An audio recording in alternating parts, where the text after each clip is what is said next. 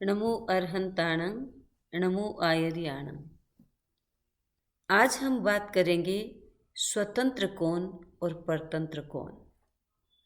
उत्तराध्ययन सूत्र के चौथे अध्ययन का 8वां श्लोक है, 8वीं गाथा है।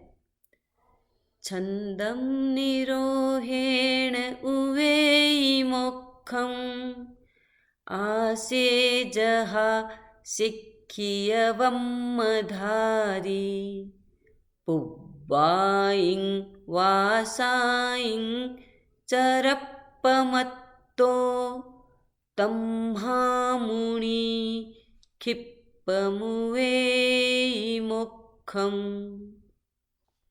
इस गाथा का भाव ये है कि जो व्यक्ति जो स्वच्छंदता का निरोध करता है वह व्यक्ति मोक्ष को प्राप्त होता है।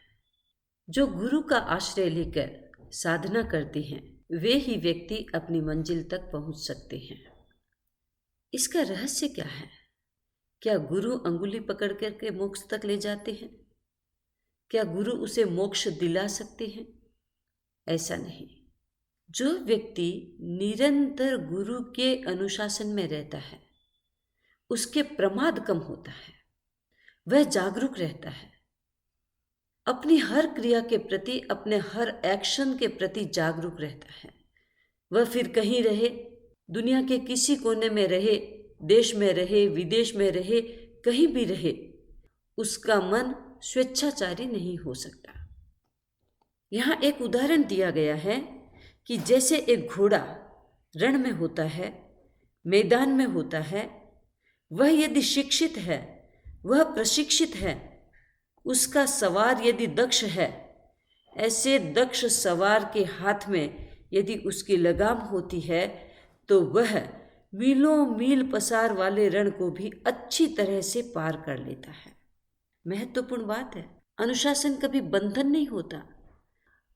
वर्तमान का अनुशासन भविष्य की स्वतंत्रता होता है। एक बार आचार्य महाप्रज्ञ जी जब मुनि अवस्था में थे, दीक्षा ली थी, तो कालूगणी राज ने उनको मुनि तुलसी को सौंपा। मुनि तुलसी अनुशासन में थोड़े से स्ट्रोंग रहते थे, उनका अनुशासन थोड़ा अच्छा था। वे मुनि नथमल पर अनुशासन करते थे।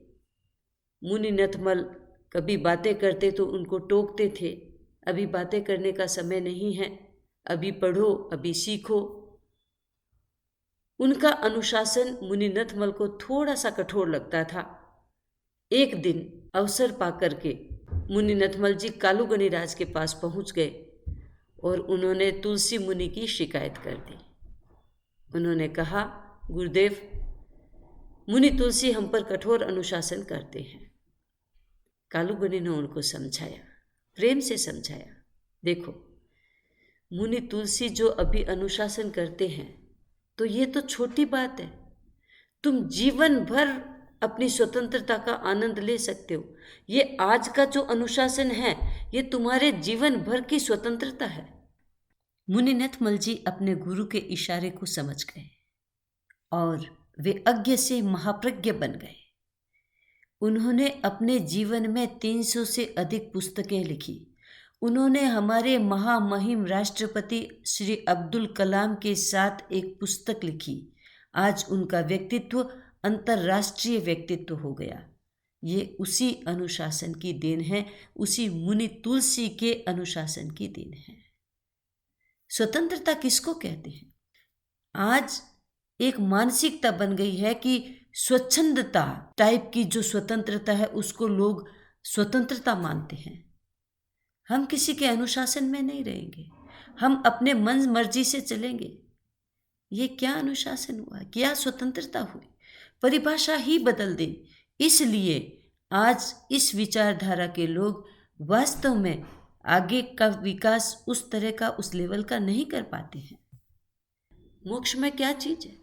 मन की स्वतंत्रता, वचन की स्वतंत्रता, काय की स्वतंत्रता, ये सारे बंधन है। मन, वचन, काया सारे बंधन है। प्रशिक्षित मन नहीं होता, प्रशिक्षित वचन नहीं होता और शरीर की जो क्रियाएं होती है वे अनुशासित नहीं होती तो बंधन है। ये सारा जब प्रशिक्षण मिल जाता है तो वही मोक्ष होता है। ये अनुशासन कब से सीखे? बचपन से सीखना चाहिए, युवा अवस्था अर्ली एज में सीख लेना चाहिए। जो बच्चे अपने माता पिता के अनुशासन में रहकर आगे बढ़ते हैं, जो युवा अपने माता पिता की बातों को सुनते हैं, वो बच्चे अपने जीवन में डिफरेंटली ग्रो करते हैं। उनके संस्कार ऊंचे होते हैं, उनके विचार उन्नत होते हैं, उनमें कुछ कर गुजरने का हौसला होता है, वे डिफरेंटली अपने व्यक्तित्व का निर्माण करते हैं। इसलिए इस गाथा में कहा गया है कि इंसान अपने जीवन में बचपन से अनुशासन को सहना सीखे। अनुशासन कोई बर्डन नहीं होता, जैसे मैंने कहा, भार नहीं होता है। अनुशासन कोई बंधन नहीं होता है। ये स्वतंत्रता की पहली सीढ़ी होती है। और जो व्यक्ति अपने आप में अपने स्वतंत्र व्यक्तित्व के विकास में रुचि रखता है, अपने स्वतंत्र व्यक्तित्व का विकास करना चाहता है, स्वतंत्र विचारों का विकास करना चाहता है, उसको इस पहली सीढ़ी पर चढ़ना पड़ता है।